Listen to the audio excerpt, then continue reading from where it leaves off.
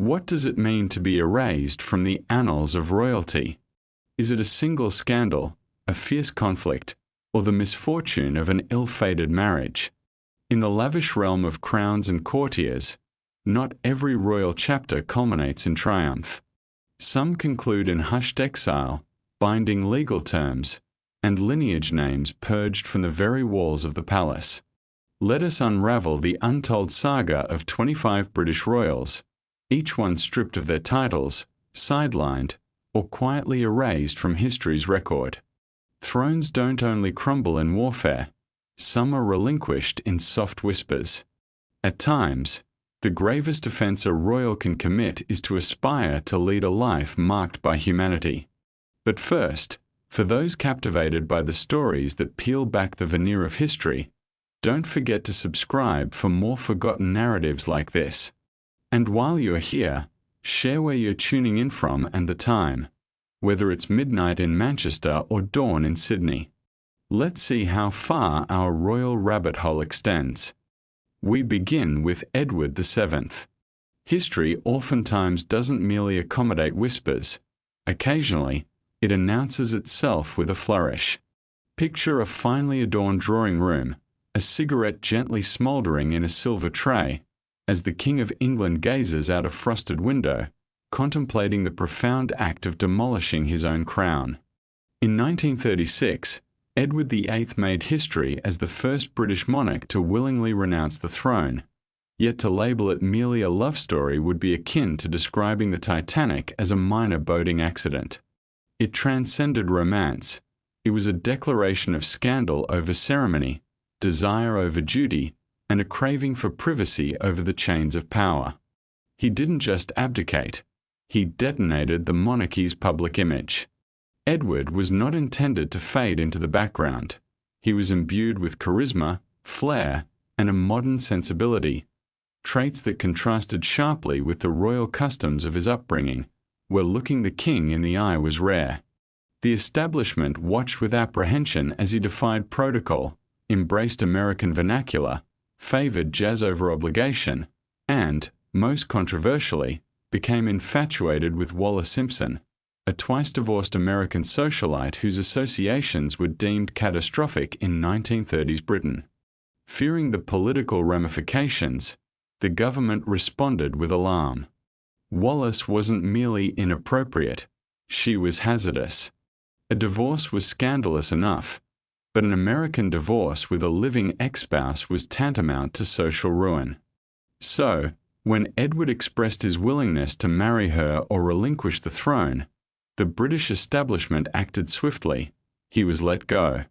On December 11, 1936, Edward VIII addressed the nation, cigarette ash poised to fall, as he calmly articulated his inability to shoulder the crown's immense weight without the woman he adored. This marked the British public's first direct radio address from their monarch, and tragically, the last they would receive from him as king.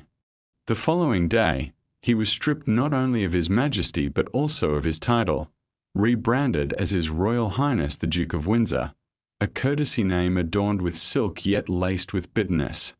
Banished first to Austria, then to France, and ultimately to a peculiar limbo of diplomacy, Edward found himself in a position where he was too royal to be dismissed but too controversial to welcome back. His existence turned into one of ceremonial exile, still a royal by blood yet stripped of the royal fabric of power. Military commands and royal duties eluded him. Most painfully, he was rendered insignificant.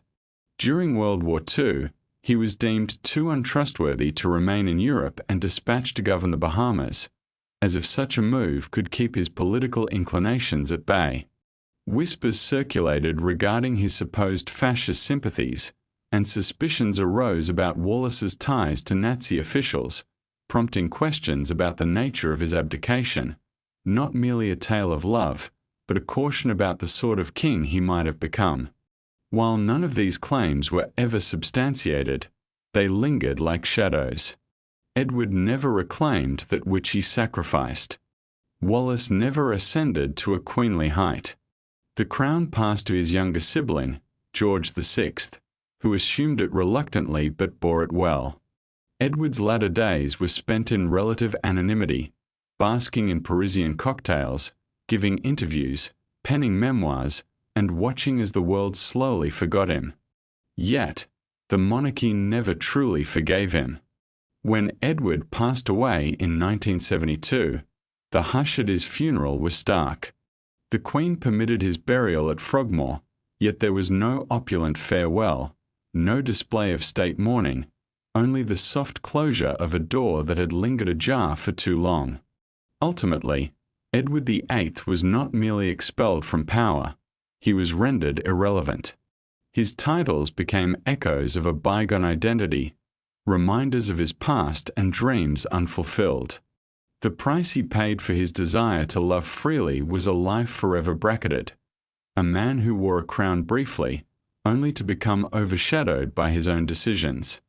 However, exile seldom unfolds in isolation, and Edward's story marks merely one of many royal declines influenced by personal choices. Indeed, the next royal wasn't simply abdicated. He was thrust from the public sphere, resisting every step of the way, clinging to his titles until the relentless headlines made such pretenses untenable. In the shadows of royal history, there lies the tale of Prince Andrew, the Duke of York. His descent is not marked by a sudden crash, but rather the slow unfolding of a tragedy. It all began in the opulence of lavish dinners, where polite smiles masked an ever-growing tension, a feeling as if the walls themselves were closing in. Once heralded as the beloved son of the Queen, Andrew embodied the quintessential action prince. He was the war hero, the second son who savoured his life of freedom, unencumbered by the crown's weight. For years, he revelled in his status, flying helicopters and mingling with supermodels, captivating tabloid audiences with his escapades. But as the years rolled on, the media narrative took a dark turn. The once celebrated highlights of polo matches were overshadowed by troubling reports of extravagant parties and dubious connections. Jeffrey Epstein's name loomed large, becoming synonymous with scandal. With Andrew more than just tangentially involved, he was ensnared. Images surfaced, none more notorious than the one of him with a young girl, an uncomfortable smile etched on his face, raising too many unsettling questions to overlook. As allegations turned into lawsuits and testimonies, Andrew's desperate denials began to ring hollow. The situation reached a critical point during an infamous BBC interview in November 2019, where Andrew attempted to vindicate himself but instead delivered an unparalleled disaster.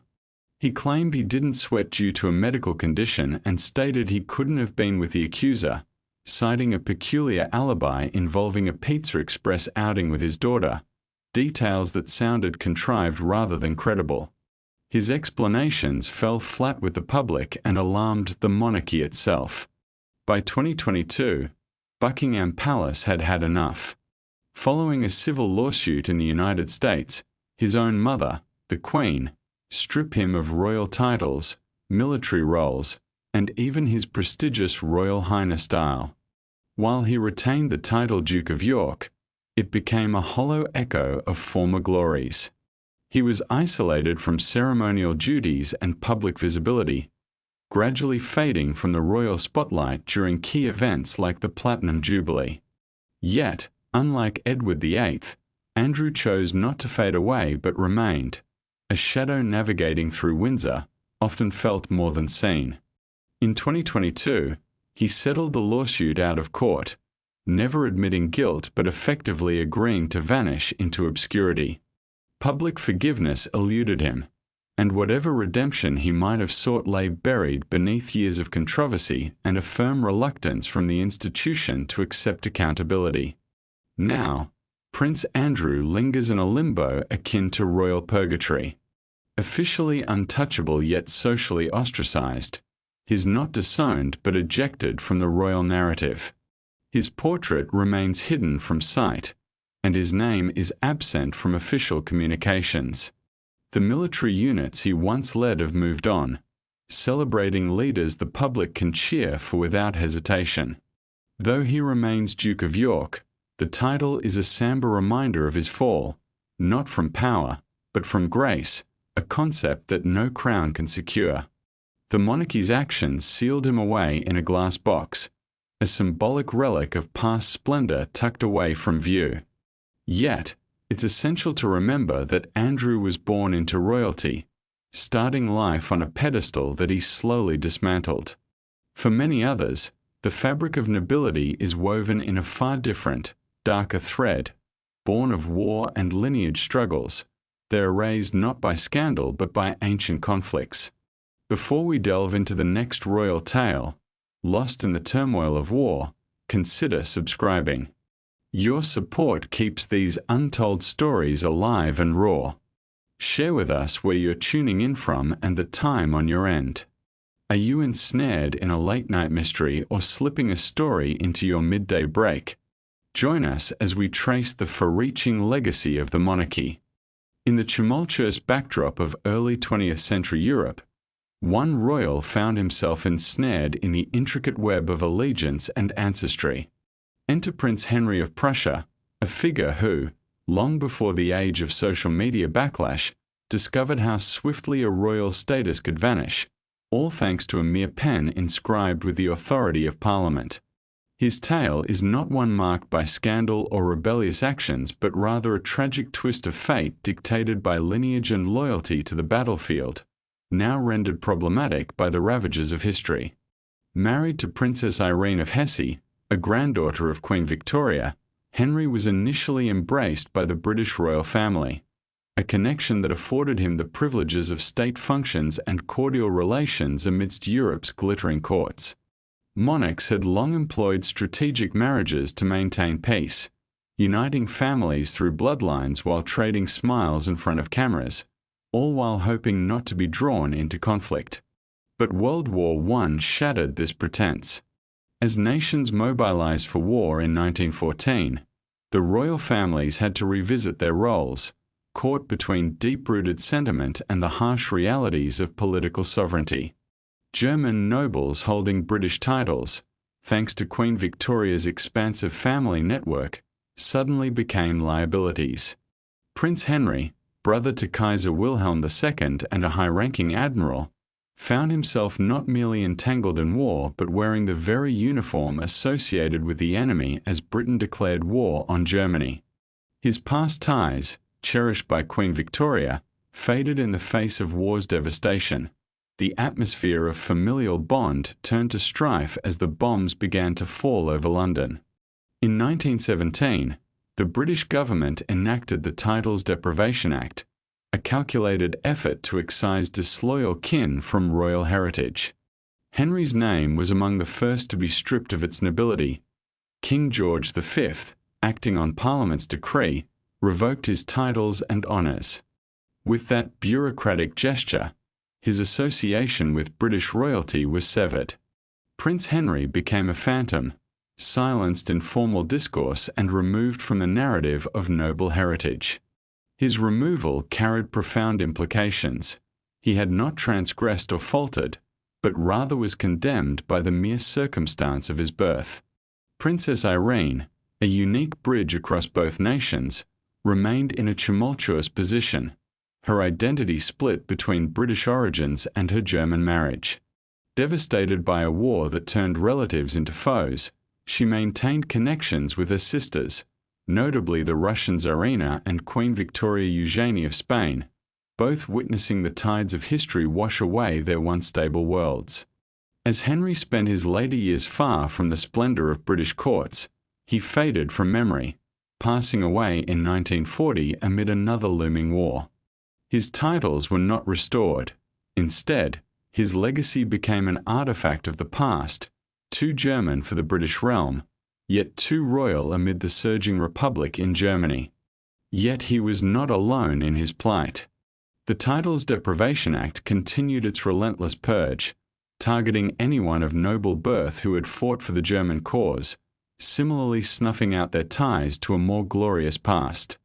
And just as Henry had been marked by the circumstances of his lineage, others, caught in the drama of loyalty and ancestry, found themselves standing at the sharp end of history's axe once more. 4. Enter Prince Ernest Augustus, Duke of Brunswick, a man caught in a web of royal complexities spanning two warring nations. His journey would reveal the perils faced by those straddling the thin line of allegiance between Britain and Germany. Unlike royals who slipped quietly into obscurity, Ernest Augustus was removed from the royal narrative with a precision that echoed the tensions of the time. Here was a great-grandson of King George III, legally a British prince, yet also the direct successor to the Kingdom of Hanover, a defunct German state that once shared a monarchy with Britain until the complexities of Salic law severed their connection, a law that barred women from ruling Hanover, leading to Queen Victoria's uncle assuming the Hanoverian throne when she ascended in Britain. By the late 19th century, as Duke of Brunswick and head of the House of Hanover, Ernest found himself straddling two worlds, adored in Britain, yet part of Germany's aristocracy. While this royal duality may have seemed charming amid handwritten correspondence and festive gatherings in a bygone era, the onset of World War I rendered it a geopolitical quagmire. When war erupted, Ernest's loyalty lay with Germany, not a betrayal in his eyes, for he was a German duke devoted to a German cause. However, Britain perceived his allegiance as treasonable, and as the war raged, support for such duality waned.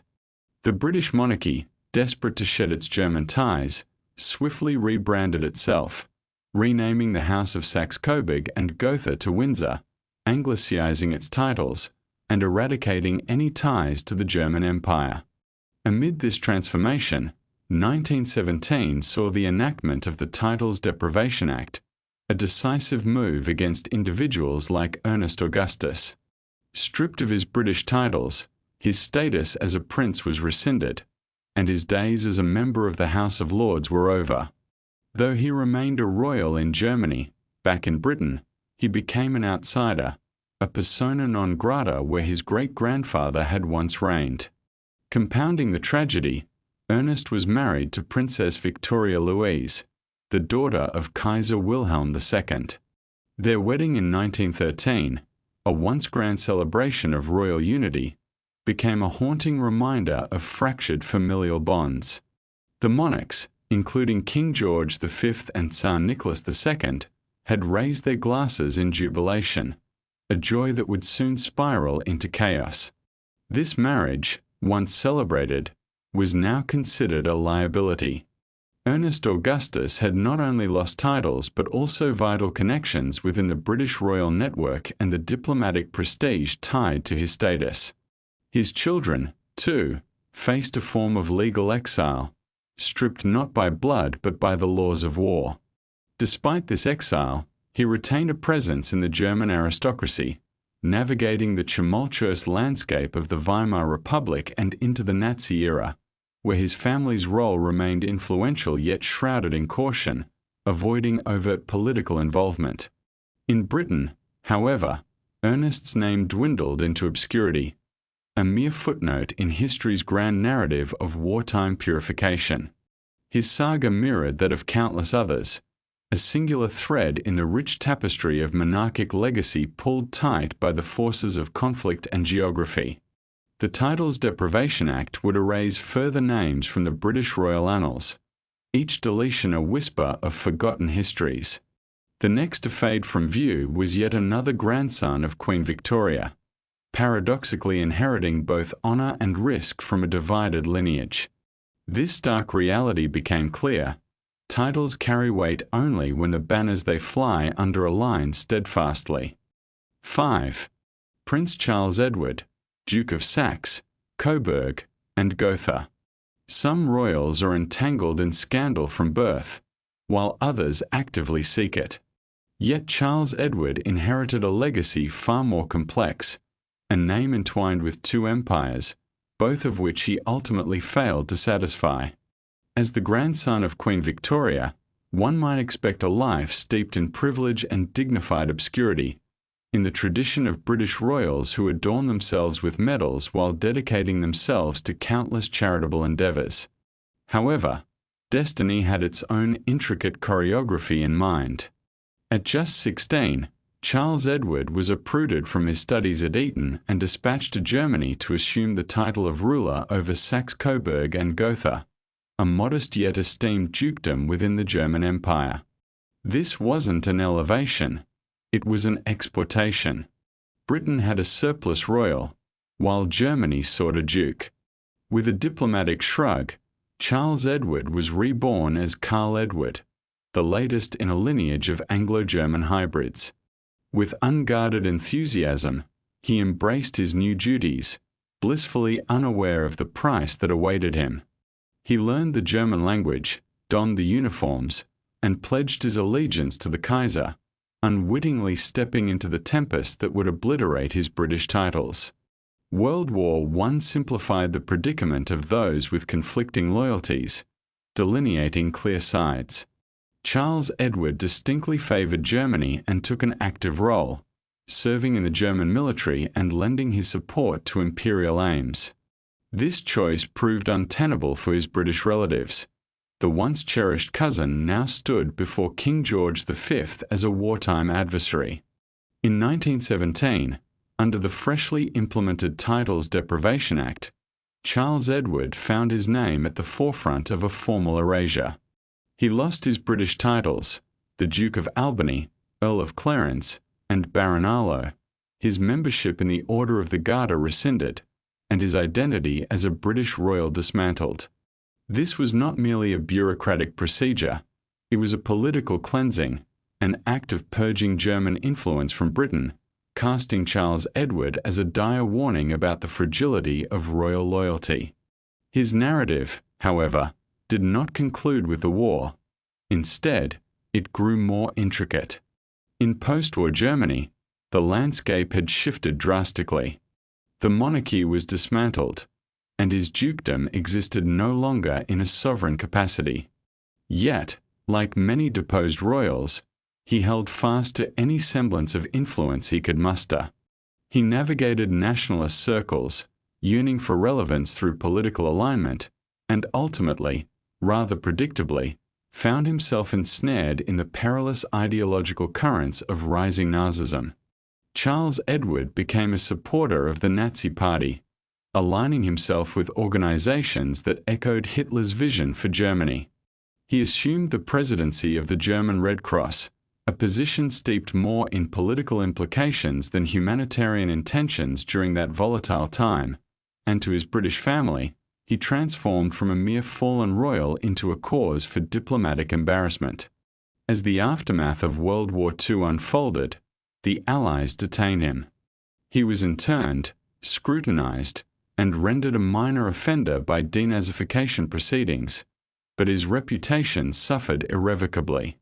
His British titles, once stripped away, were beyond the grasp of restoration. The monarchy had effectively silenced his name, burying it under the soft cloak of historical neglect. Passing away in 1954, he was not remembered as a Prince of Britain but rather as an obsolete symbol of a dismantled empire and a disjointed family. His tale, emblematic of many royals swept away by the Titles Deprivation Act, unveils a stark truth. Titles, however ornate, are mere shields against the historical choices one must confront. And the reach of the act extended beyond Charles Edward, slicing through the family tree that had rooted itself too deeply in adversarial soil. Another name awaited its fate, one intrinsically linked not only to British royalty but also to the military elite of a burgeoning empire. His downfall wouldn't emerge cloaked in scandal, but rather from the harsh calculations of war itself. 6.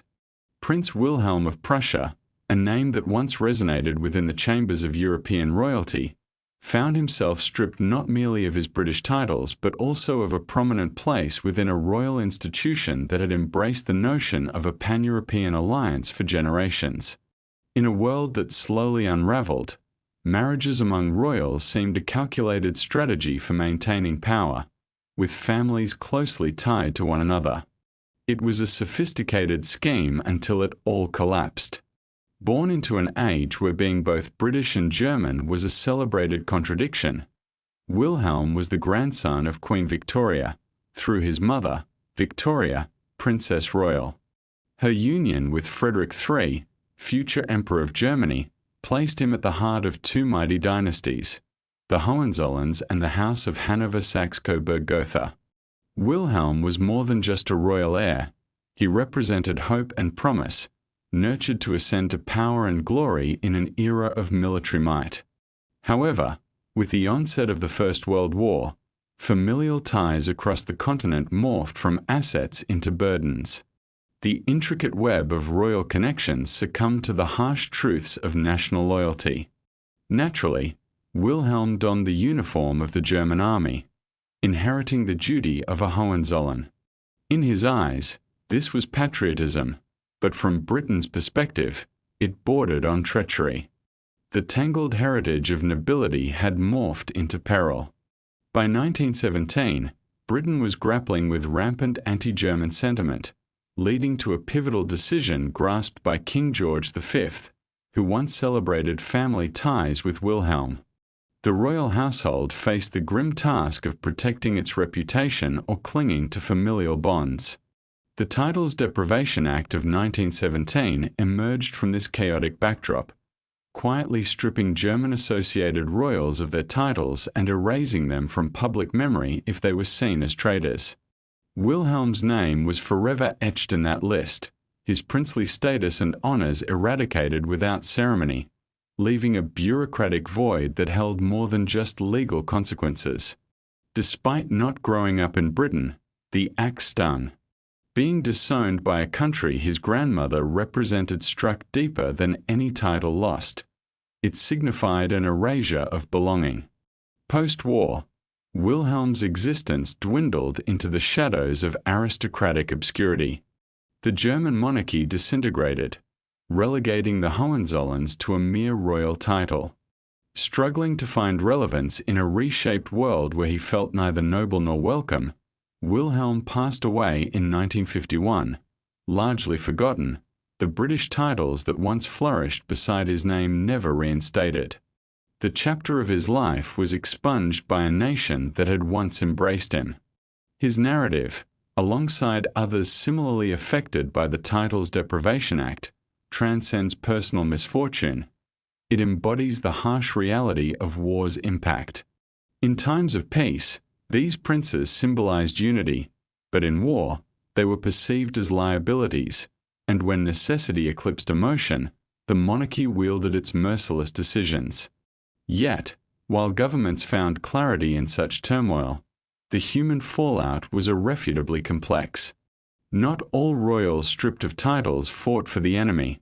Some sacrificed for love, while others sought dignity. Among them, a princess of privilege who renounced everything for a man lacking a crown reminded us that even the boldest choices could lead to irrevocable erasure, revealing the fragile nature of status and identity in tumultuous times. 7. Princess Patricia of Connaught. Royalty often unfolds like a grand performance, and in this stage, Princess Patricia of Connaught captured the attention with a serene brilliance. Born in 1886 to Prince Arthur, Duke of Connaught and Strathern, a son of Queen Victoria, Patricia was predestined never to ascend a throne. Yet, she carried the ceremonial weight of her royal status throughout her existence, amidst lavish palace banquets and the pageantry of ceremonial horses. She embodied the essence of royalty, complete with the unspoken expectations entailed. And then came the shocking moment when she stepped away, not in disgrace or defiance, but in an act of dignified self-liberation from the British aristocracy. In 1919, Patricia, in a strikingly historic choice, relinquished her royal title upon marrying Alexander Ramsay, a commoner and naval officer who served as her father's aide. This was not a loss spurred by scandal or conflict. It was a deliberate renunciation. At the time, Patricia was one of Europe's most coveted royal brides, elegant, educated, and well-connected, with suitors lining up from various royal houses, including Spain's future king, Alfonso XIII. Yet, unlike her politically savvy kin, she sought something far more poignant: affection. Alexander Ramsay possessed neither title nor territory, nor any claim to royal power. He was esteemed in military circles but hardly among nobility. Nevertheless, Patricia chose love over the orchestrated web of royal alliances. To her credit, the monarchy allowed her this choice, albeit with a clear reminder of what it entailed. At her wedding, she relinquished the honorific Her Royal Highness and her title of Princess of Great Britain and Ireland, becoming simply Lady Patricia Ramsay, an affectionate title yet a stark demotion in royal hierarchy.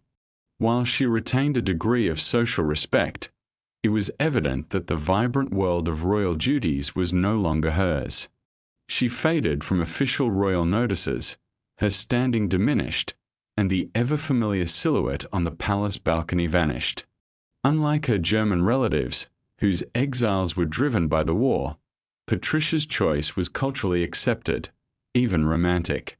But it remained a departure from royal life.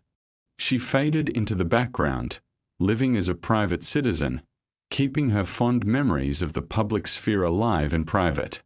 Nevertheless, Patricia remained unwaveringly loyal to the monarchy that had distanced itself from her. Amidst World War II, she volunteered with the British Red Cross and occasionally attended royal functions, though stripped of the grandeur once commonplace in her life. Living modestly on the Ramsay estate, she raised her only child outside the royal limelight, perhaps achieving the kind of normality, love, and freedom that other royals publicly professed to desire. Yet the cost of this life was a complete demotion. There was no drama, no uproar, just an absence.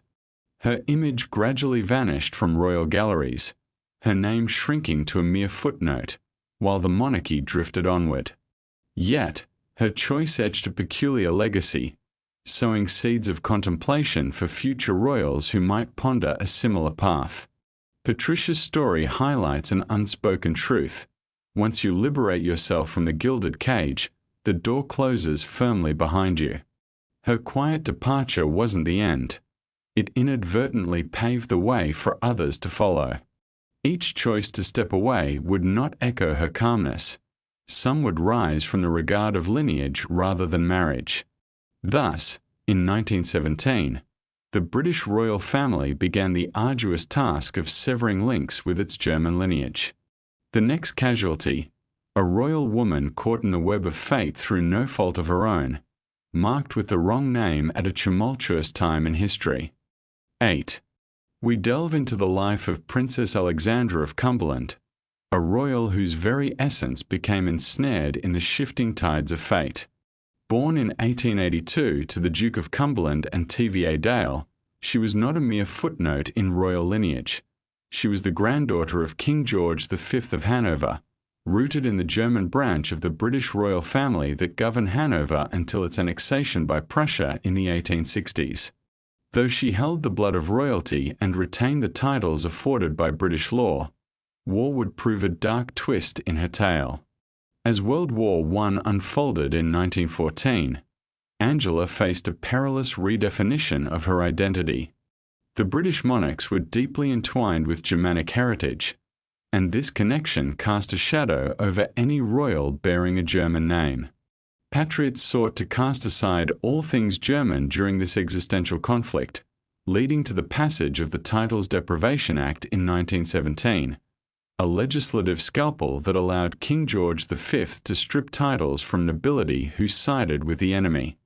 Alexandra, now wed to Friedrich Franz IV, Grand Duke of Mecklenburg-Schwerin, found herself ensnared in this political maneuver. Her marriage transformed her status from a British princess to a German duchess, a shift that sealed her fate. Her husband served in the German army, and that alone was sufficient for her name to be quietly purged from the British royal rolls. The world watched in silence, the erasure unaccompanied by grand announcements. One day she was a princess, the next a ghost in the realm of royalty. In the aftermath of war, as the German monarchy crumbled in 1918 and her husband's abdication mirroring that of many royals, Alexandra retreated into the shadows, her life now devoid of political significance. She lingered in the remnants of opulent palaces, stripped of her former glory yet representing an era that had irrevocably changed. She passed away in 1963, long after the monarchy had transformed itself into a bastion of British continuity. Yet, her name remained absent from royal registries, a spectre forever erased not through scandal, but through bureaucratic indifference. In this odd unravelling, her disappearance contributed to the monarchy's redefinition, severing ties with its continental roots to forge a purely British identity. However, not all removals were dictated from the throne. Some royals chose to willingly forego their titles, seeking new paths toward personal fulfillment. Among them, one man, born far from the UK and adorned with a lineage of grand titles, relinquished his heritage, not in disgrace, but in pursuit of a lasting legacy, a future united with a woman destined to become queen. 9. Prince Philip of Greece and Denmark. Long before he became the familiar figure standing just behind Queen Elizabeth II, Prince Philip existed as a royal in an unsettling state of uncertainty. Stateless and elusive, he was often seen as a burden to the thrones he influenced. Born in a humble setting on a kitchen table in Corfu, he faced exile as an infant and was shuffled through borrowed homes across Europe. When he finally won the heart of a young princess, he was faced with a daunting choice: relinquish everything. His royal lineage was undeniable, a prince of Greece and Denmark, with roots tracing back to the mighty Schleswig-Holstein-Sonderburg-Glücksburg dynasty, a legacy spanning kingdoms that might baffle even seasoned travelers today. Yet, critically, he was also a great-great-grandson of Queen Victoria, making his bloodline a thread woven deep into Britain's aristocracy. However, by the time he grew to adulthood, all that royal heritage lay in tatters. His family had lost their crown, his father lived in self-imposed exile, his mother faced institutional confinement, and his sisters were wed to German nobility, each marriage shadowed by troubling political affiliations. Thus, when Philip courted Princess Elizabeth in the 1940s, he came with little to offer: no kingdom, riches, or political might. Just a name now empty of value, accompanied by a striking set of eyebrows.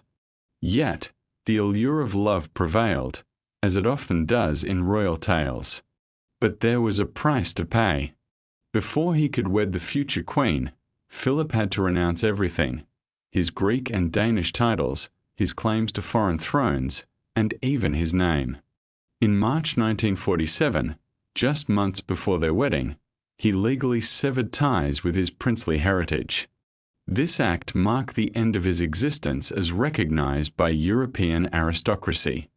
In exchange, he adopted the surname Mountbatten, a name chosen for its royal connections yet stripped of any cumbersome national ties, an Anglicization of his Battenberg ancestry that had distanced itself from its German roots during World War I.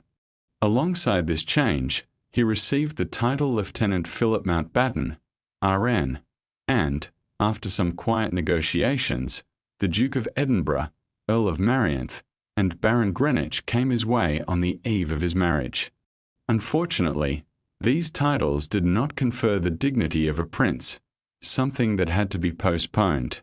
For nearly a decade post-marriage, he hovered as a duke, a consort, and a naval officer, yet not recognized as a royal prince.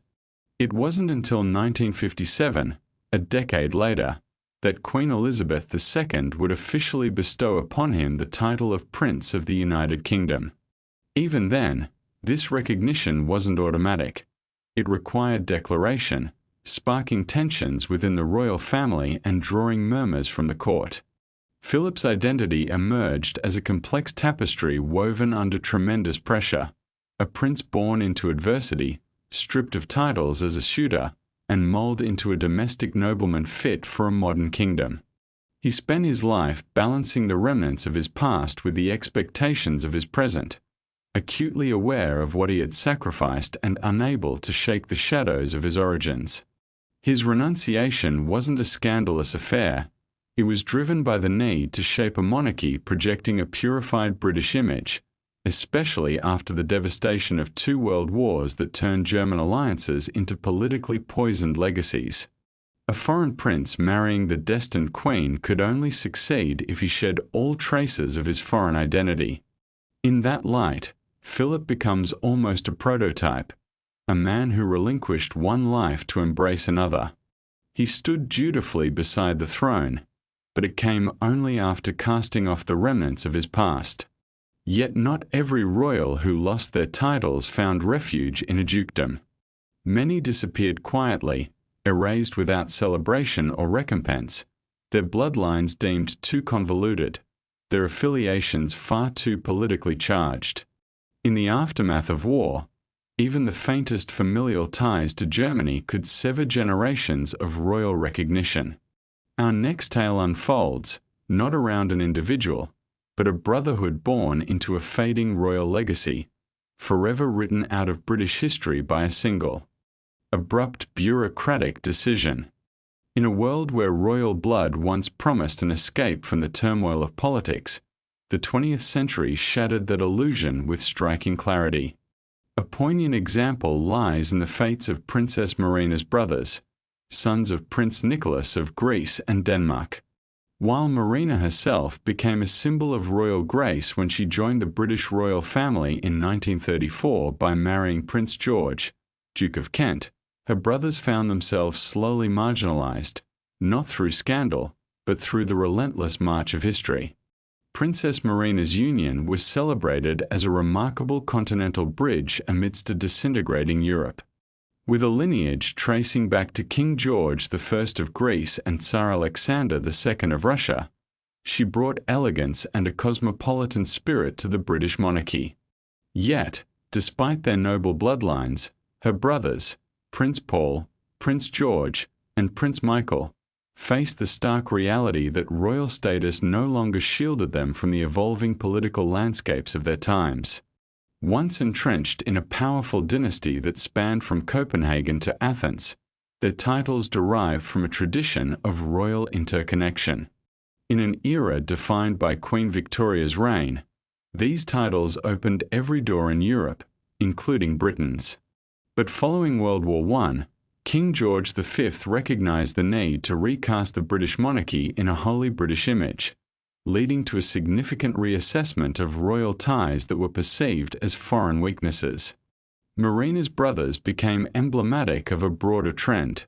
They were not directly stripped of titles through a formal act but faded from recognition. With the instability of the Greek monarchy looming, connections to Greece became fraught with caution.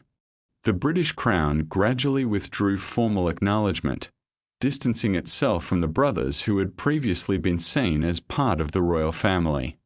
Though Prince Paul ascended as King of Greece in 1947, any link to Britain remained largely ceremonial. Prince George lived much of his life in obscurity, while Prince Michael, born into exile, felt the weight of statelessness despite his royal lineage.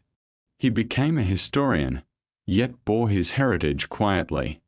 The erasure of their royal presence was subtle yet absolute. Their names vanished from court records, and they drifted away from state occasions. As the British monarchy turned inward and shed its foreign ties for a more insular persona, Princess Marina remained a bridge between her royal origins and the British Crown, continuing her royal duties and nurturing her children in that world. Her brothers, however, became distant memories, their titles fading into obscurity. Yet not all losses stemmed from political upheaval. Some arose from personal choices that defied social mores, showcasing that even the smallest of decisions within royal circles could have monumental consequences. Prince Michael of Kent holds a distinctive position within the ranks of British royalty. He is neither fully exiled nor completely embraced, eternally on the fringes of the royal fold. His narrative is not one of disgrace or rebellion, but rather one that delves deep into the nuances of power dynamics, scandals that linger in the shadows, and historical regulations bordering on the absurdity of the past.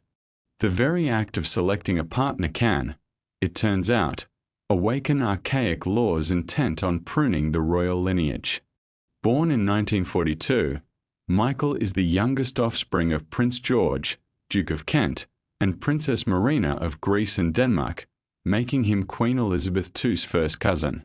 Throughout much of his life, he was a stalwart presence at royal gatherings, dressed impeccably and behaving with the utmost decorum, while maintaining a strategic distance from the throne that allowed him to enjoy the indulgences of royal life without the heavy burdens that accompany them.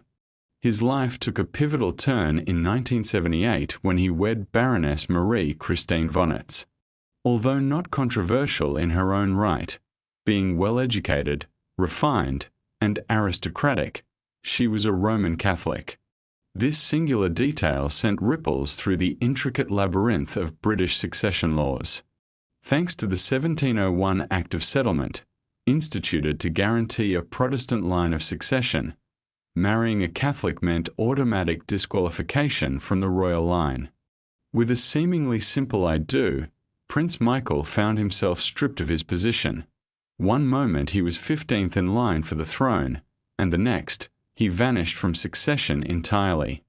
Though he withdrew from most public royal duties, retaining his title without formal revocation, his absence bore significant symbolic weight. This wasn't about personal conduct or political sentiments. This was rooted deep in centuries-old religious tensions, embedded in the very fabric of British constitutional law. For years, Prince Michael's sidelining was overlooked, a curious artifact of the monarchy's past. But as society progressed into the modern age, the rationale behind his removal began to seem utterly outdated. By the early 2000s, public opinion had shifted, deeming the rule archaic. In a landmark move, Parliament intervened in 2013 with the Succession to the Crown Act, allowing royals married to Catholics to reclaim their rightful places in line. So, Prince Michael was reinstated, to an extent, no longer at risk but placed far down the list, shadowed by a new generation of royals. This reinstatement felt more like a mere bureaucratic move rather than a genuine return. Decades of regal estrangement had altered the landscape. His military tenure had wrapped up, his children were grown, and his wife had converted to Anglicanism. This chapter of his life left an indelible mark, underscoring the fragile nature of royal identity, how lineage, heritage, and historical context can hinge upon a mere legal clause birthed in the upheaval of the Glorious Revolution. Even after his formal reinstatement, Prince Michael remained an elusive presence in royal events, often seen but seldom acknowledged. He thrived in the monarchy's periphery, respected yet rarely discussed unless the conversation turned to who the Queen's cousin was, the one bearing a striking resemblance to Tsar Nicholas II. His life encapsulates a poignant truth. Royal status, even untouched by scandal, can be dismantled by the slow mechanisms of law, tradition, and religion, not through grand spectacles but through subtle footnotes in history. Yet, some departures from royal status stemmed not from any legal decree but from familial choice. Many descendants of British princesses opted for a different path, choosing to immerse themselves in the royalty of foreign lands, raising profound questions about their aspirations. Was the pursuit of British titles ever their true desire? 12. The legacy of Princess Margaret of Connaught and her descendants. Not every royal departure is steeped in drama. Some unfurl quietly amidst familial decisions and diplomatic realignments, appearing largely administrative but reverberating with generational implications. The journey of Princess Margaret of Connaught's lineage exemplifies this subtle, dignified unravelling, a gradual retreat from British aristocracy that, while lacking in fanfare, is undeniably irreversible. Born in 1882, Princess Margaret was the daughter of Prince Arthur, Duke of Connaught, and the granddaughter of Queen Victoria. Regarded as a luminary of her era, exquisite, charming, eloquent in multiple languages, and wholly regal, she could have easily ascended to the Swedish throne. In fact, in 1905, she wed Prince Gustav Adolf, who later became King Gustav VI Adolf of Sweden. This union was a calculated alliance, carefully intertwining the British and Swedish royal families to bolster diplomatic bonds and extend Queen Victoria's legacy across Europe. The marriage sparked widespread celebration, a royal romance that softened the edges of diplomacy. However, marrying into a foreign royal household came at a cost. While still recognized as a British princess, Margaret ultimately became a member of the Swedish royal family, her identity, residence, and responsibilities permanently tied to Stockholm. Her children, royal by lineage but raised within Swedish traditions, inherited their father's heritage rather than their mother's, leaving them situated outside the British royal hierarchy. This leads to the heart of the enigma. Why were her descendants distanced from the British royal lineage? The answer melds legalities, choices, and practicalities. When a British princess marries a foreign royal, her offspring do not automatically receive British titles or succession rights unless those titles are expressly granted. This wasn't mere custom, it was the prevailing policy. As Margaret's children fostered their lives in Sweden, they served the Swedish state and gradually drifted away from British royal claims, despite their noble lineage. There was no dramatic stripping of titles, no scandalous split. Instead, the bond weakened over time. British titles went unpassed down, and with each passing generation, Margaret's heirs emerged as Swedish royals with British blood, rather than British royals with Swedish connections. One might contend this wasn't a removal but an inevitable evolution of dynastic politics. Yet, what renders this scenario compelling is the voluntary nature of it. Margaret could have sought British titles for her children. The crown could have granted them, but neither pursued it vigorously. The implication was clear. This branch of the family tree was destined for a different path. Today, her descendants include esteemed members of the Swedish royal family, notably King Carl XVI Gustaf, her grandson. He sits on Sweden's throne, embodying understated royalty and with little fanfare surrounding his British ancestry. While acknowledged, it holds no bearing on his royal duties or titles, and when summoned to significant royal events in Britain, it is more as a foreign dignitary than a familial returnee. This situation could be perceived as a form of polite royal erasure. No disgrace, no demotion, simply an expansion of distance. Once integral to the heart of Queen Victoria's empire, this lineage now revolves around an entirely different star. Yet, this decision's reverberations resonate through royal corridors today, establishing a precedent. Marrying into foreign royalty can mean carving a separate path from Britain's regal machinery. Royal blood does not guarantee recognition, and it is often the unassuming choices made in private settings that can fundamentally reshape the course of a dynasty. The following royal narrative, however, was marked by a very different fate, one not sealed by choice, but severed by circumstance, not through personal misdeeds, but as a result of shifting allegiances brought on by conflict. His story echoes through history, illustrating a strategic dismissal rather than scandal, a narrative shared by many in the tumultuous year of 1917. 13. Prince Ernest of Hohenlangenberg.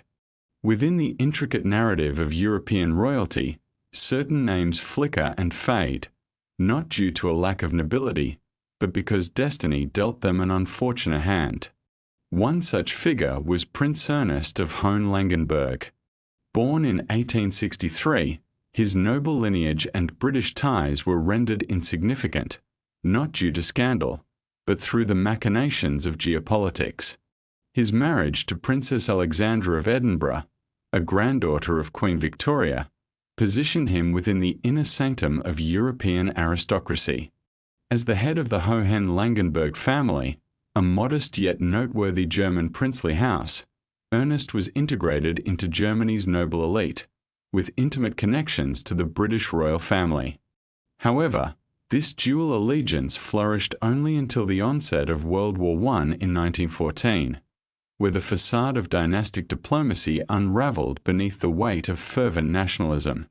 As the war spiraled into its dire midpoints, possessing a German surname turned from an incidental aspect of heritage into an undeniable liability. Serving in the German military during the conflict, not as a frontline warrior but as part of the aristocracy supporting the war, Ernest's loyalty was clear, positioning him squarely against Britain's interests. This alignment placed him directly at the mercy of the Titles Deprivation Act of 1917, designed to officially revoke honours from any British peer or royal who aligned with the enemy. With one stroke of legislative intent, his British titles vanished. This act wasn't merely a bureaucratic manoeuvre, it was a visible severing of ties. In redefining its royal image, Britain could no longer afford to keep associations with royal houses seen as adversaries, thus relegating Ernest to a position of obscurity. Even after the war, he returned quietly to his life as a noble in Germany, respected yet largely unremembered outside genealogical records. He passed away in 1950, a stark reminder of the conditional nature of royalty. One can hold titles and bloodlines, yet still be erased from the history he once navigated. The winds of change that swept through 1917 continued to stir, impacting royal lineages across Europe, leaving imprints on those with grander titles, signaling the need for historical re-evaluation. The next name awaiting removal would belong to a royal house undeniably linked to Britain, complicating history itself. In a tale woven with the threads of history, we encounter the formidable figure of Ernest Augustus, Duke of Cumberland and Teviotdale. To forfeit a title may seem notable, but to lose an entire kingdom, along with a royal legacy, all within a single generation, that is a rarity few have experienced. Ernest Augustus bears that heavy burden. Although his name may not resonate in today's royal narratives, in the dawn of the 20th century, his saga depicted the tragic unraveling of a royal lineage that the British Crown had painstakingly constructed over centuries. He wasn't merely a noble, he was the leader of the House of Hanover, a dynasty that once reigned over both Britain and Hanover in a unique, albeit increasingly strained, dual monarchy.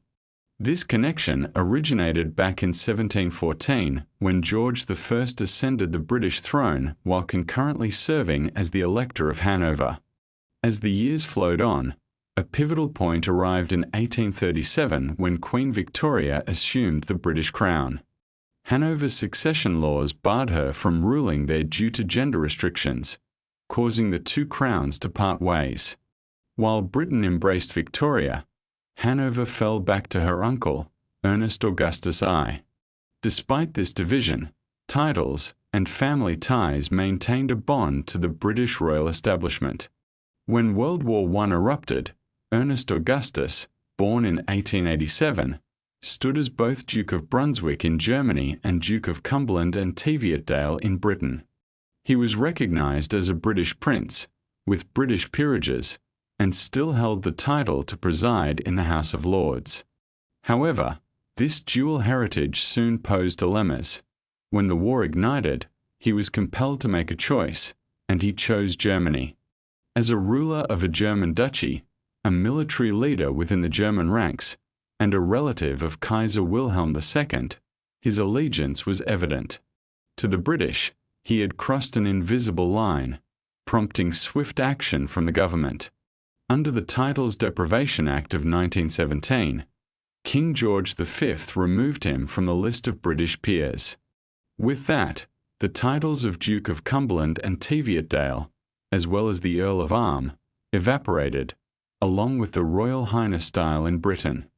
The calculated move served as a legal erasure, akin to consuming a portrait in the gallery of nobility. But this demotion extended beyond mere personal loss. Ernest Augustus and his heirs were irrevocably severed from the line of succession. The possibility of future reconciliation was extinguished. Though he continued his rule over Brunswick, that too faded as the monarchy crumbled following Germany's defeat in 1918. In a blink, he transformed from a double duke basking in royal heritage to a mere citizen left vulnerable in a fractured world. His later years were spent in Germany, where he endeavored to uphold his nobility within the constraints of a diminished status. Cast aside in Britain and politically sidelined in Germany, he and his descendants existed in a shadowy realm of nobility, historically significant yet legally unrecognized in the land once under their rule. To this day, the titles of Cumberland and Teviotdale linger in a strange limbo, never restored or revived, buried within the ashes of a bygone era. Ernest Augustus's fall went unnoticed amidst the clamour of public life. No dramatic scandals or fierce allegations.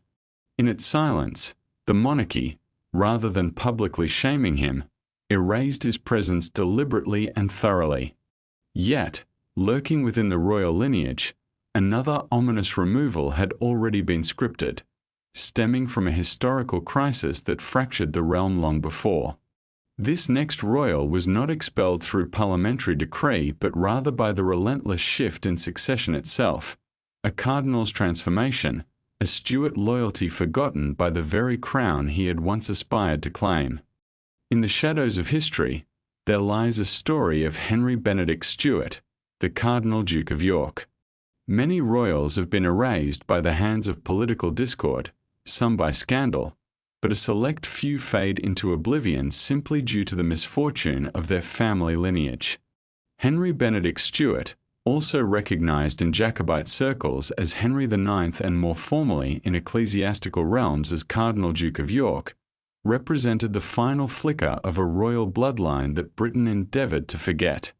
To grasp the essence of Henry's dismissal, one must journey back to the Glorious Revolution, an event in 1688 that marked the ousting of the Catholic King James II, replaced by his Protestant daughter Mary and her consort William of Orange. This was not merely a dynastic struggle, it was a fundamental spiritual rift, reshaping monarchy as inextricably linked to Protestant identity. Consequently, the descendants of James II, labelled Jacobites, entered a prolonged state of painful exile. Born in 1725 in Italy, Henry was the younger son of James Francis Edward Stuart, the old pretender who aspired to reclaim what had been lost. His elder brother, Charles Edward Stuart, immortalized as Bonnie Prince Charlie, would become synonymous with the last significant Jacobite uprising. However, following the rebellion's failure at Culloden in 1746, the Jacobite cause rapidly dwindled, and Britain turned its back on the entire Stuart line. Contrary to his brother's martial pursuits, Henry was a man of the church, calm, intellectual, and deeply rooted in Roman Catholicism. After entering the clergy at a young age, he ascended to cardinal rank at just 22, a rapid rise hastened by both his faith and his noble lineage.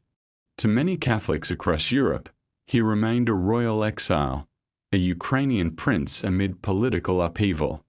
In 1788, upon the death of his brother Charles, who left no legitimate heirs, Henry found himself as the last living male descendant of the senior Stuart line. The few Jacobites left, loyal and resolute, acclaimed him as King Henry IX of England, Scotland, and Ireland. Privately, he embraced this title while serving dutifully as a cardinal in the Vatican. Yet back in Britain, there was no throne, no title, and effectively no legal existence for him. Parliament had moved on with the Hanoverians firmly in power, while the Stuarts were relics of the past. His British titles were not just revoked, they were increasingly ignored. Technically a Duke of York, he employed this title within Catholic and European aristocratic circles, but in Britain, the title had reverted to the Protestant heirs of the reigning monarch. In royal discussions, the name Stuart was seldom uttered, relegated to anecdote, an example of failure dismantled and set aside. In ceremonial archives, Henry was a phantom. Yet, in an ironic twist, during his latter years of poverty, his life financially shattered by the ravages of the Napoleonic Wars, he received a pension not from supportive Catholics or rebellious Scots, but rather from King George III himself. The very monarchy that had relegated his royal claim now reached out with a subtle act of charity, perhaps out of guilt, perhaps diplomacy, though certainly lacking in genuine recognition. Henry's life concluded in 1807 at Frascati, near Rome, where he was laid to rest in St. Peter's Basilica, having a monument funded by George IV, referring to him as Henry IX, King of England. This act stands as a chiseled contradiction, evidence that the victors in history sometimes allow the whispers of spectres to resonate. His demise signified the close of the direct male Stuart line, as the Jacobite cause dwindled into romantic lore, immortalized in ballads and tales, transforming from a political threat into an alluring what-if.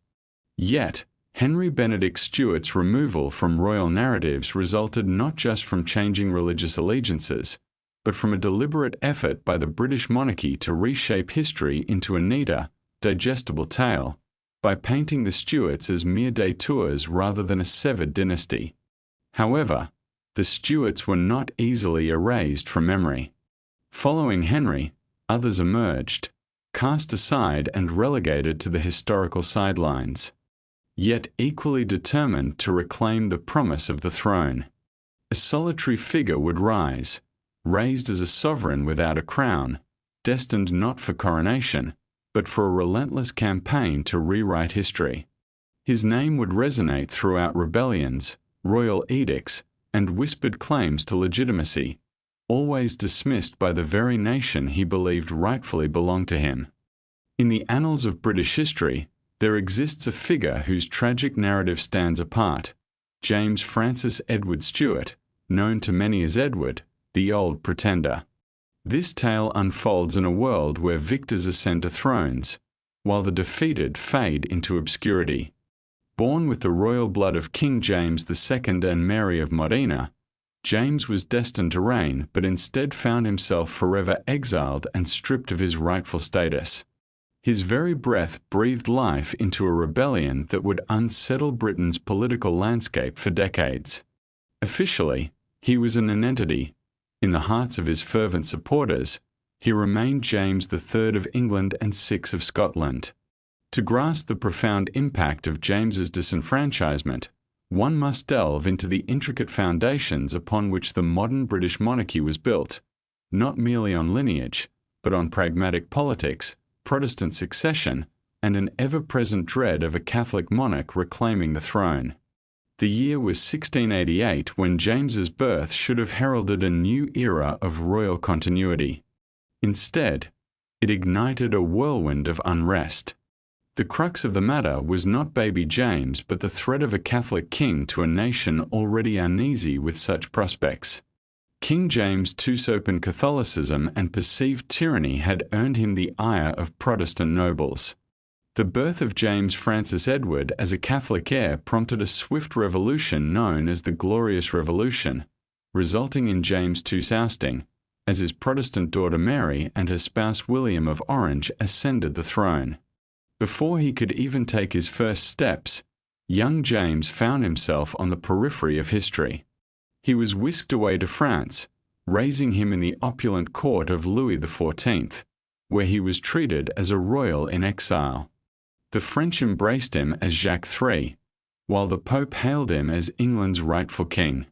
His supporters, the Jacobites, were steadfast in their conviction that he had been robbed of his rightful place. Yet back in Britain, he was not only unacknowledged but legally erased from history. The Act of Settlement in 1701 explicitly barred any Catholic from the throne and designated the Electress Sophia of Hanover and her Protestant progeny as successors, effectively legislating James out of royal consideration. For years, James fought to rewrite his fate. In 1715, following the death of Queen and in the rise of George I, he initiated the first Jacobite uprising, landing in Scotland with aspirations of rallying the Loyalist forces. However, a series of delays and a lackluster response led to the rebellion's swift demise, forcing James to flee once more to the continent. His quest for reclaiming the crown earned him a sardonic moniker, the Old Pretender, a label teeming with irony. Despite maintaining the appearance of a monarch in exile, his royal titles went unrecognized. Parliament branded him a traitor, causing immense suffering for his supporters, who faced imprisonment or execution. Yet, from his various Italian and French abodes, James refused to abandon his claim, continuing to sign his correspondence with R. for Rex, king, until his death in 1766. He was laid to rest in St. Peter's Basilica, beneath a marble monument that embodied the deep-rooted contradictions of his legacy: a king exiled, a monarch rejected by law but cherished in loyalty. His exclusion wasn't merely a matter of legality, it represented a philosophical shift within the British monarchy itself, which was redefining its identity not as one of divine right but as a Protestant establishment leveraged by parliamentary consensus and national sentiment. James embodied the final whisper of a bygone era, in which birthright trumped politics or faith. However, the fierce flame of Jacobitism did not flicker out with his passing. His son, equally charismatic yet tragically emboldened, would carry forth the mantle of rebellion. His tale, more dramatic and blood-stained, would seal the fate of the Stuart claim once and for all. This subsequent chapter was not written softly. It was inscribed in the chaos of battle, yet even amidst the turmoil, the memory of the Stuart name endured. It lingered in the melodies sung in reverence, in the myths spun around the firesides, and in the lingering ache of a throne that nearly was, a story not just of loss, but of unresolved longing. 17. The saga of Bonnie Prince Charlie, or Charles Edward Stuart, is steeped in tragic romance and captivating history. Few figures in British law resonate quite like him: the heir who dared to reclaim a lost throne, the vibrant spirit who, more than any other Jacobite, ventured forth to revive the fortunes of the exiled Stuart dynasty. Yet, in the eyes of the British Crown, he held no real title, for he was deemed to never have existed. This was a bitter irony for the countless followers who rallied to his cause. Born in 1720 in Rome, Charles was the firstborn of the Old Pretender, James Francis Edward Stuart, and the grandson of the deposed James II. Raised in the shadows of exile, he was constantly reminded of a Britain that had cast him aside. Unlike his father's cautious demeanor, Charles radiated charisma, daring, and a fierce belief in his destiny. He grew up convinced he was the rightful Prince of Wales, destined to reclaim the stolen crown and deserve the accolades of his people. In 1745, channeling this fervent belief, he landed in Scotland, ignited by a handful of loyal men and a tide of hope. This would spark the infamous 45 Rebellion, as he united the Highland clans with impassioned speeches, charm, and promises of glory regained. For a time, it seemed his dreams could come true. His forces captured Edinburgh and marched south, causing chaos in England as they reached Derby. However, charisma alone does not win wars. Lacking French allies and facing overwhelming British troops loyal to King George II, Charles's campaign started to fracture. He retreated to Scotland, where, on April 16, 1746, at Culloden Moor, his forces faced a crushing defeat, the last significant battle on British soil, marking the end of his aspirations. What followed was not merely a fall from excellence, but an utter downfall. Branded a traitor by the British government, he became a fugitive, eluding capture across the Highlands, disguised as a common man and supported by devoted followers. His tale transformed into songs and legends that would endure long beyond his days. Nevertheless, he was never officially recognized by the British Crown as a prince. To them, he remained a pretender, an unauthorized claimant, his royal aspirations squashed by law and historical narrative. In the years that followed, Charles descended into a slow, bitter decline, becoming a figure of disillusionment. He drank excessively, quarrelled with family, and turned allies away. He never returned to Britain, nor did he make a second attempt at his claim. When he passed away in 1788 in Rome, his Jacobite supporters bemoaned the loss of their king, while the British monarchy ignored his memory as if he were nothing more than a shadow. There was neither reinstatement nor reconciliation, just an overshadowing silence. Yet, his legacy lives on, not for his triumphs, but for the potential that was nearly realized. His presence reverberated through the monarchy. Although officially unrecognized, he became a cultural touchstone, emblematic of lost dreams, romantic failures, and the ghost of a Britain that could have emerged from a key historical moment shaped by mere choice on a muddy battlefield. His erasure from royal records wasn't merely administrative. It was profoundly ideological. The threat wasn't his challenge to royal dictates, but rather what his claim signified in relation to the monarchy's evolution. The British crown had settled into a Protestant, stable, and Parliament-endorsed identity, which rendered the Jacobite aspiration obsolete. Or did it? Not everyone accepted that the future of royalty rested solely with the Hanoverians. Within the monarchy's fold, doubts surfaced regarding who really deserved royal titles. One would-be prince born centuries later wouldn't even see a crown. Yet even in his death, he faced a quiet symbolic dismissal. This posthumous shift in legacy wasn't aimed at punishment. It sought to redefine the monarchy's own narrative. In the annals of royal history, every dynasty wrestles with its what ifs, those haunting figures whose untimely demise alters the trajectory of a kingdom. For the House of Stuart, that figure was Henry Frederick, Prince of Wales, the cherished firstborn of King James VI of Scotland and I of England. Born in 1594 into the dawn of a newly forged British monarchy, Henry wasn't merely an emblem of potential stability but a testament to Protestant vitality in a land still reeling from sectarian strife. His titles were vast: Prince of Wales, Duke of Cornwall, and Earl of Chester, the complete array befitting the heir to both thrones.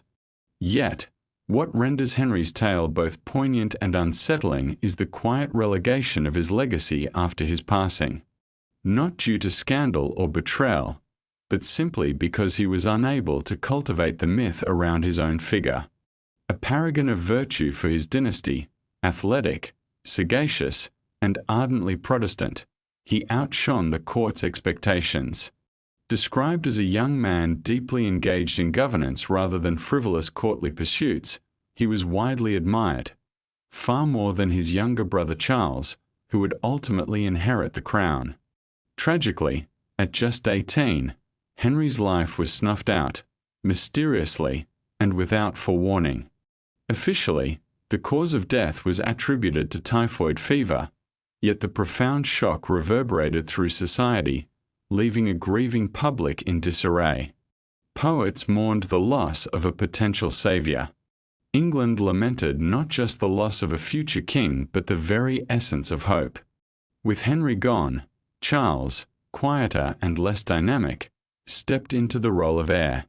When James I passed in 1625, Charles ascended the throne and soon became known for dissolving Parliament and provoking rebellion, leading to the monarchy's downfall and a brief republic. In this tumultuous era, the memory of Henry became contentious. Recall of his noble legacy sharply contrasted with the king's failures. Thus, in a slow, deliberate manner, the court began to obscure his memory, stripping his ceremonial significance while leaving titles unrevoked. His heraldry faded from royal spaces, and successive reigns disregarded his presence. The artists who once celebrated him now glorified the reigning monarchs, crafting a narrative that conveniently ignored Henry's poignant potential. This quiet obliteration transformed Henry Frederick into a mere footnote of history, an improbable hero whose glittering lineage posed a threat to the existing narrative. Ironically, His exemplary character became a discomfort to those who followed, leading the court to gloss over his existence. Yet, even as the tumult of history attempted to erase him, Henry's ghost lingered in the hearts of those who envisioned what could have been an alternate destiny for Britain. While his legacy was silenced, the modern age bore witness to another royal, who, despite a cherished title and global acclaim, would also experience the cold reality of identity removal, unraveling the ties that once bound her to royalty. In the vibrant 1980s, few figures loomed larger than Lady Diana Spencer, the Princess of Wales.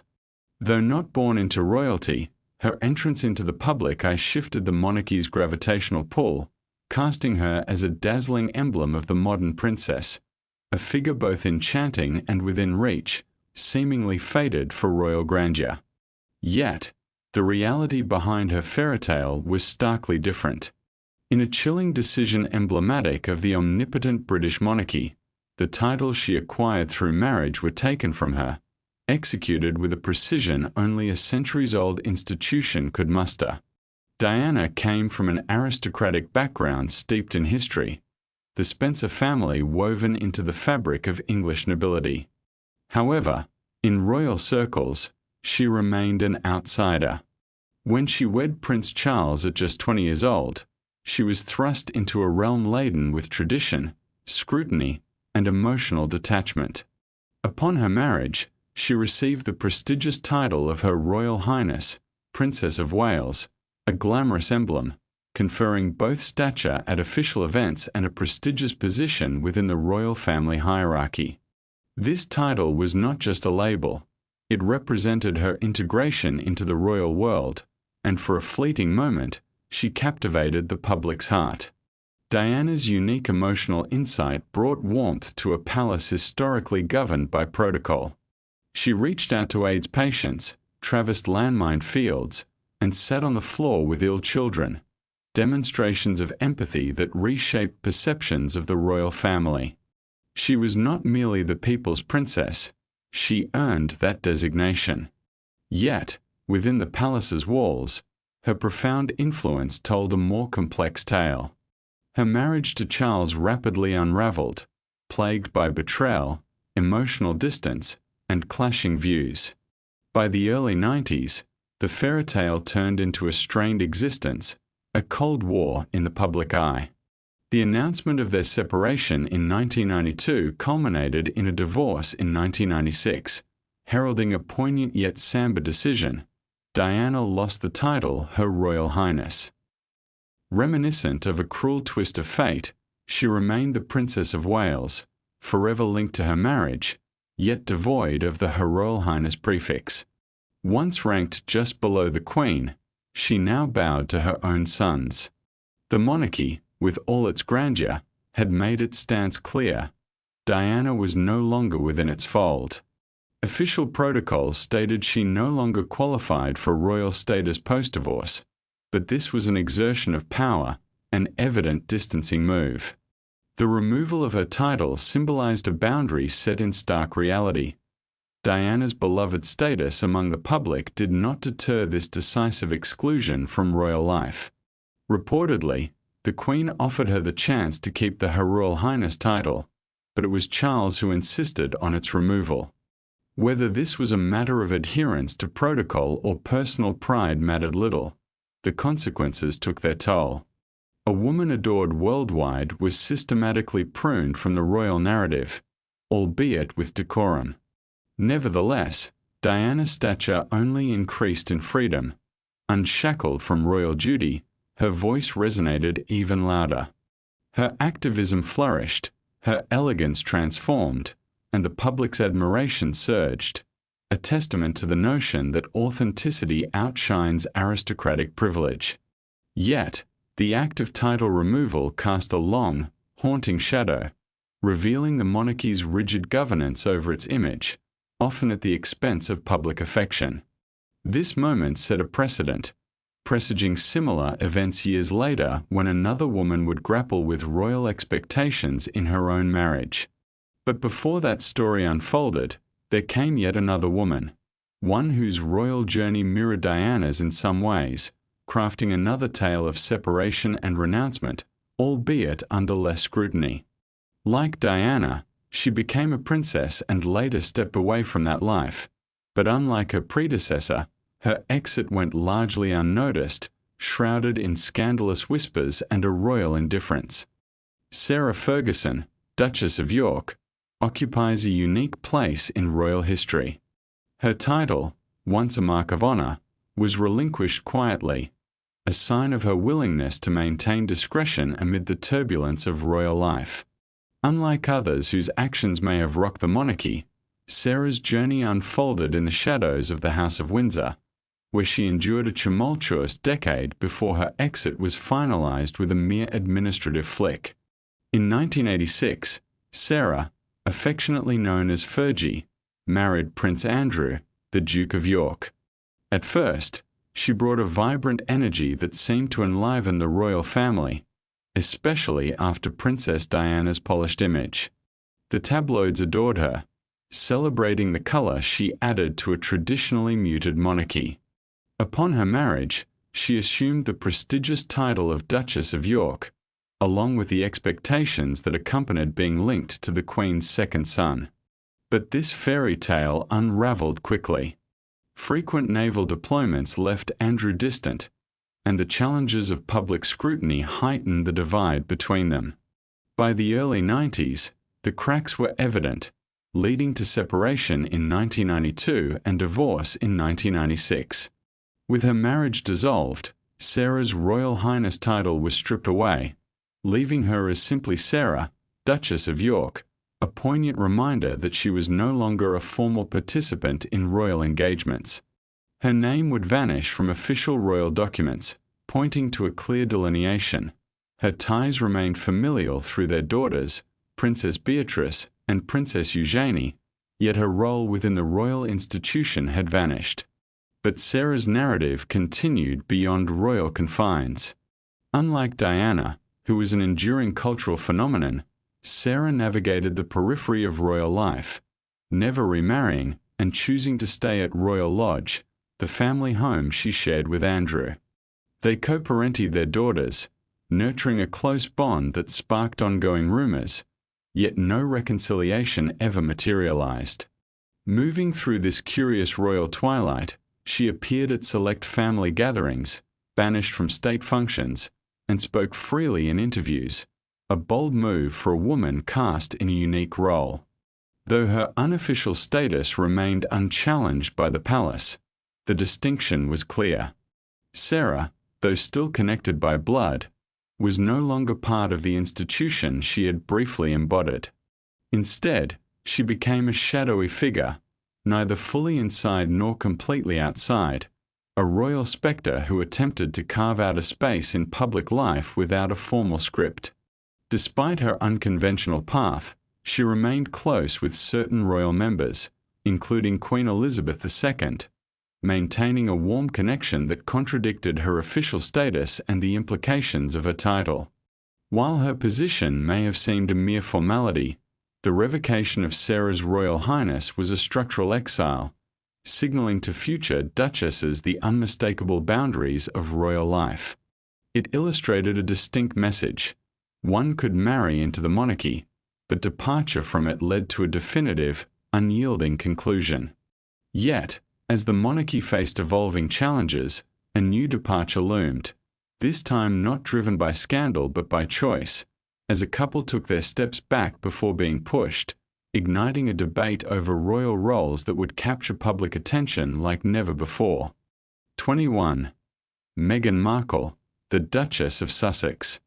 While Diana and Sarah were ushered away from royal life with discretion, Meghan took matters into her own hands, making a bold exit that rattled Buckingham Palace. Though her title remained on the books, she was effectively sidelined, not through a formal decree, but rather a calculated decision clouded by tension and the necessity of protecting institutional integrity. When Meghan wed Prince Harry in May 2018, the world glimpsed what seemed a transformative moment, an American actress of mixed heritage joining the ranks of the House of Windsor. For a fleeting period, she appeared to symbolize a shift toward a more relatable monarchy. Harry and Meghan were granted the titles Duke and Duchess of Sussex on their wedding day, with Meghan declared Her Royal Highness, indicating her full acceptance among senior royals. Yet, this royal honeymoon was tragically short-lived. The flood of media attention turned hostile almost immediately, with tabloid portrayals often dipping into cruelty, accompanied by racial stereotypes. Within the palace walls, the complexity of royal life began to loom large. Strict protocols and silent expectations suffocated her, with the communications team seemingly more concerned with protecting others than her. By early 2020, the couple had reached their limit. In a surprising move, they announced their intention to step back from their royal duties, without the Queen's prior knowledge. The palace was thrust into chaos as they hurried to respond, drafting statements amid burgeoning speculation. Finally, Buckingham Palace issued a sterile announcement confirming that Harry and Meghan would no longer be referred to as His and Her Royal Highness, maintaining their Duke and Duchess titles. They would cease to represent the Queen and repay the funds spent on Frogmore Cottage renovations, heralding a transition period. Their titles lingered, yet the essence of their royal roles was effectively nullified. Unlike others who faced controversial exits, Meghan and Harry opted to retreat. Still, the monarchy felt compelled to draw a clear line. This was no mere hiatus but a decisive separation, one that echoed through the institution's corridors. Thus began the new chapter for Meghan, now stripped of her royal formality, as she and Harry moved across the Atlantic with their son, Archie, later welcoming a daughter, Lilibet. Settling in California, they signed lucrative media contracts, established their foundation, and began narrating their story, raising claims of institutional neglect and racism. In powerful interviews, most notably the shocking 2021 conversation with Oprah Winfrey, Meghan laid bare the pressures and isolation she'd encountered in royal life. While she refrained from launching a direct attack on the Queen, the institution itself bore the brunt of her revelations. This interview served as a definitive break. Whatever slim chance of reconciliation that lingered in the public eye was dashed. Meghan's disengagement from royal duty was irrevocable, even though her titles remained intact. No more balcony appearances, no royal engagements. Her presence at significant events was replaced with layers of diplomacy.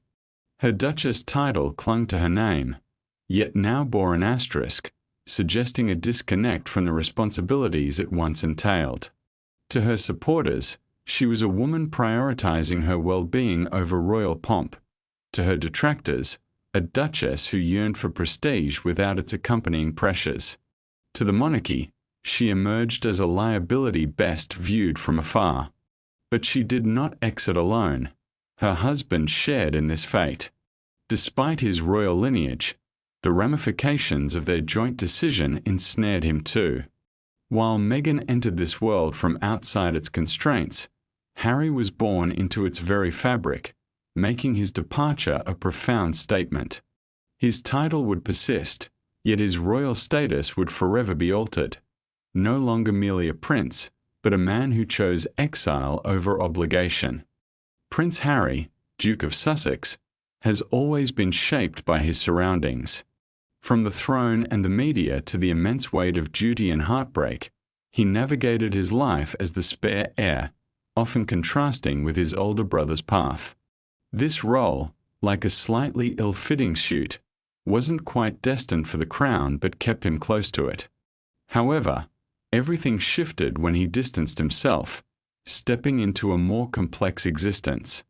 Born Henry Charles Albert David in 1984, he was the second son of Prince Charles and Diana, Princess of Wales.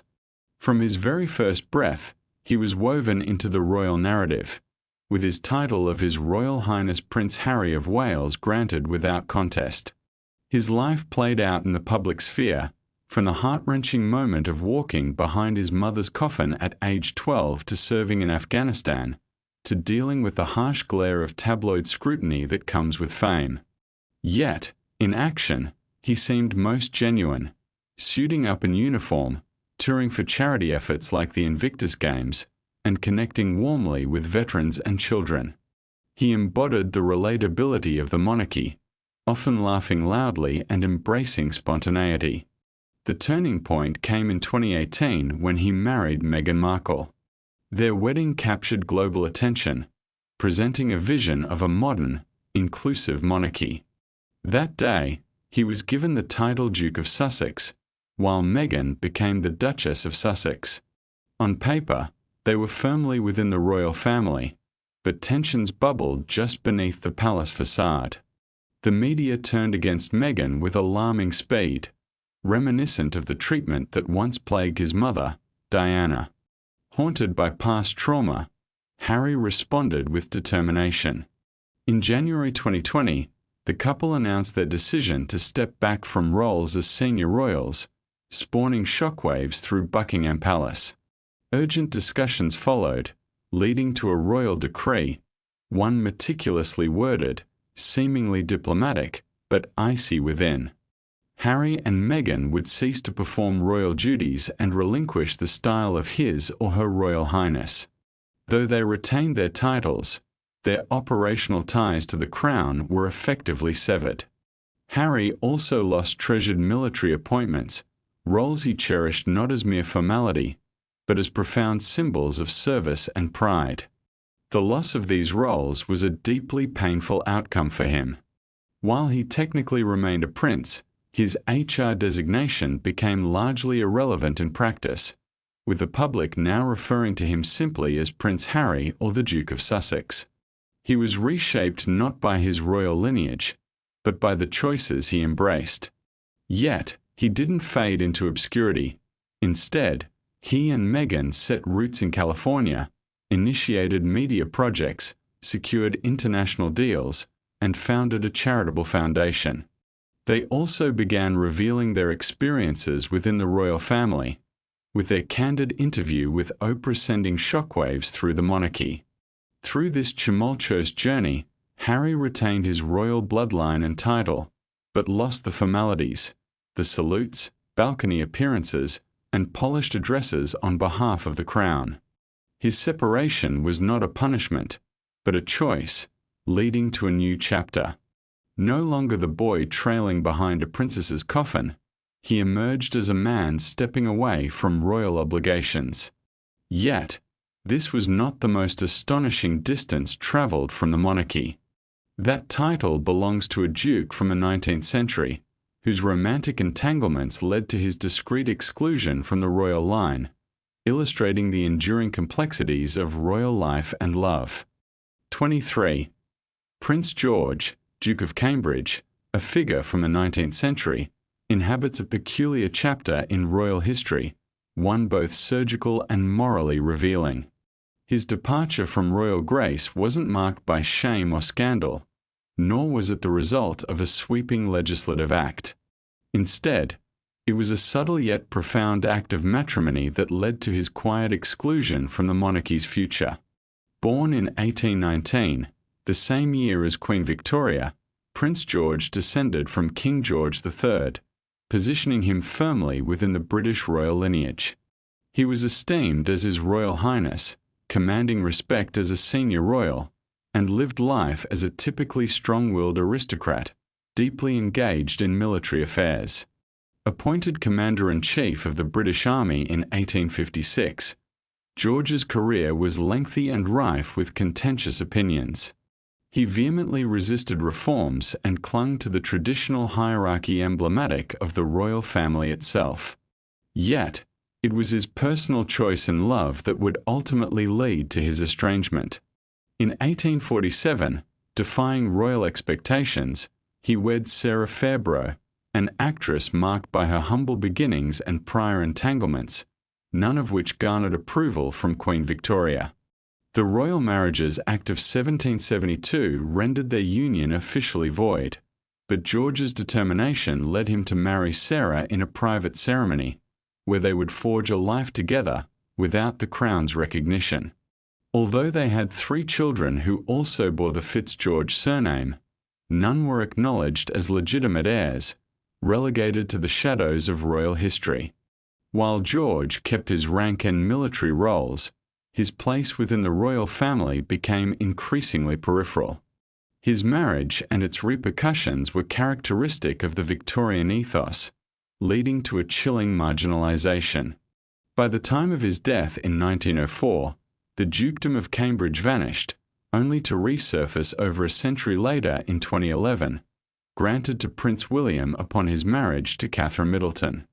This revival was celebrated with new beginnings, consciously omitting George's legacy from the narrative.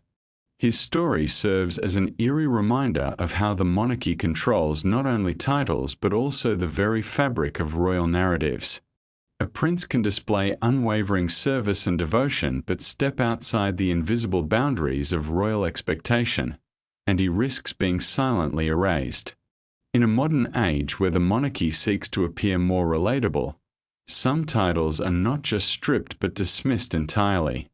What does this evolution signify when the crown begins to remove its lineage one generation at a time? The story of Lady Louise Windsor, the daughter of Prince Edward, embodies an intriguing chapter of modern monarchy. In a royal landscape marked by the fates of many, her tale diverges sharply. She is not one who faced disgrace or exile, nor did she ever step into the limelight of expectation. Instead, Lady Louise exists in the shadows, quietly navigated away from the expectations that accompany royal life. Born not into a world of scandal, but behind the walls of purposeful choice, it is the decisions of her parents that shape her reality and hint at a new direction for the British royal family. Lady Louise, born in 2003 to Prince Edward and Sophie Rhys-Jones, possessed a birthright that typically included the title of princess. According to the historic 1917 letters patent from King George V, children of a monarch's sons are automatically entitled to be styled as royal highnesses. However, when Louise entered the world, her title was not claimed. Instead, she was designated Lady Louise Windsor, a designation more appropriate for a duke's daughter than the granddaughter of a reigning queen. This choice didn't arise from scandal or legislative pressure. It stemmed from her parents' decision to seek the Queen's approval to avoid royal styling for their children. The titles remained untouched, sidelined deliberately. This choice whispered a profound shift in royal strategy, an embrace of limited royal duties that aligns with today's society. Prince Edward and Sophie, celebrated for their understated commitment to duty, extended this notion. If their children were unlikely to take on public roles, why burden them with the expectations tied to princely status? This quiet adjustment birthed a revolution, positioning Lady Louise as the benchmark. Emerging largely from the public eye, she attended regular schools and avoided the typical royal engagements until her later teenage years.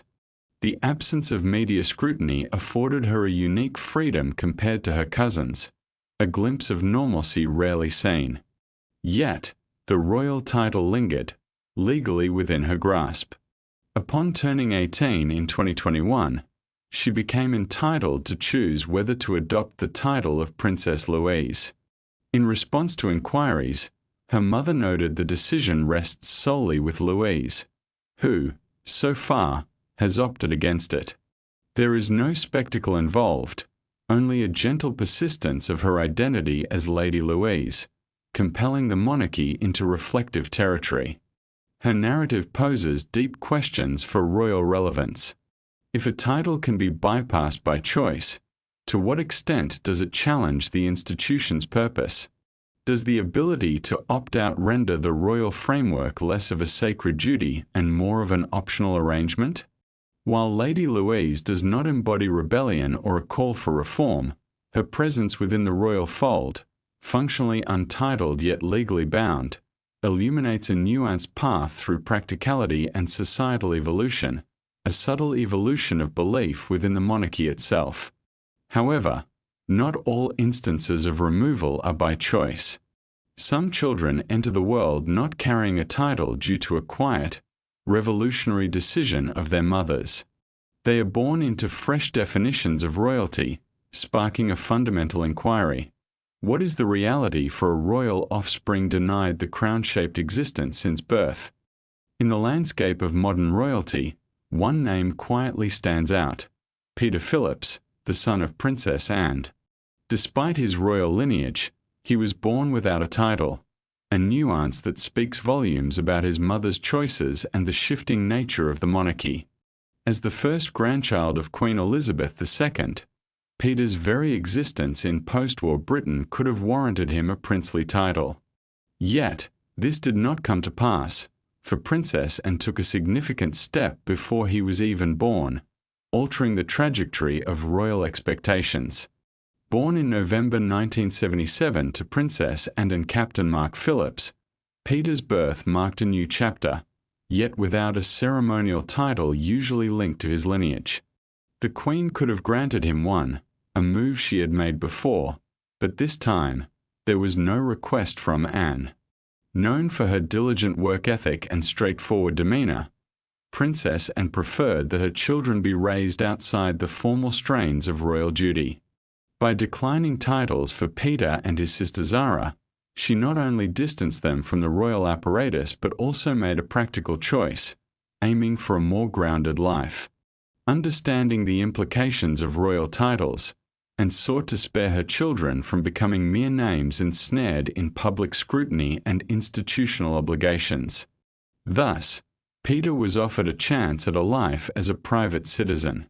He grew up amidst royal events, but not as part of their traditional structure. Attending Gordonstown, like his grandfather Prince Philip, and later Exeter University, Peter carved a life in various corporate roles, including stints at Jaguar and the Royal Bank of Scotland. He ventured into marriage, faced divorce, became a father, and only frequented royal gatherings when family duty called. Interestingly, Peter's lack of title casts a unique shadow. He stands next to his titled cousins on palace balconies, yet bears no official designation. He walks solemnly behind royal coffins during state funerals, while remaining devoid of honors or military attaches. His existence is paradoxical, though yet not fully recognized. His chapter in this narrative of modern royalty closes not with scandal or strife, but with a profound realization. He has become the first royal to be untitled through maternal intent, an act of deliberate foresight. This signifies a potential evolution for the monarchy, shifting its narrative from crowns and legacies to choices and agency. Each royal absence in this context, whether through abdication, marriage, or mere refusal, uncovers shared truths. Titles may be passed down, yet they are also influenced, negotiated, and sometimes simply forgotten. This continuum unfolds quietly, often unceremoniously, but invariably with lasting implications.